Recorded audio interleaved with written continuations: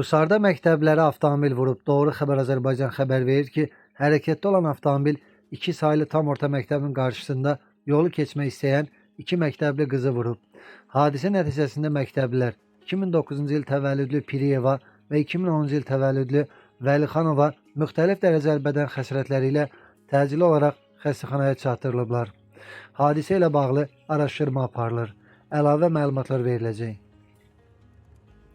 Lənkəranda idarə etdiyi avtomobillə məktəbli bacı qardaşı vuraraq öldürməkdə təqsirləndirilən Vurğun Quluzadənin cinayət işi üzrə məhkəmə prosesi keçirilib. APA TV xəbər verir ki, Lənkəran Ağır Cinayətlər Məhkəməsində hakim Ayşən Vəliyevanın sədrliyi ilə keçirilən prosesdə hökm oxunub. Hökmə əsasən təqsirləndirilən şəxs 10 il müddətinə azadlıqdan məhrum edilib. Qeyd edək ki, hadisə ötən ilin sentyabrın 19-u Lənkəran rayonunun Şov kəndində baş verir. Vurğun Quluzadə Mercedes markalı avtomobil hərəkətdə olarkən 2017-ci il təvəllüdlü Gülay Əlizadəni və onun qardaşı 2014-cü il təvəllüdlü Ramid Əliyev vurub.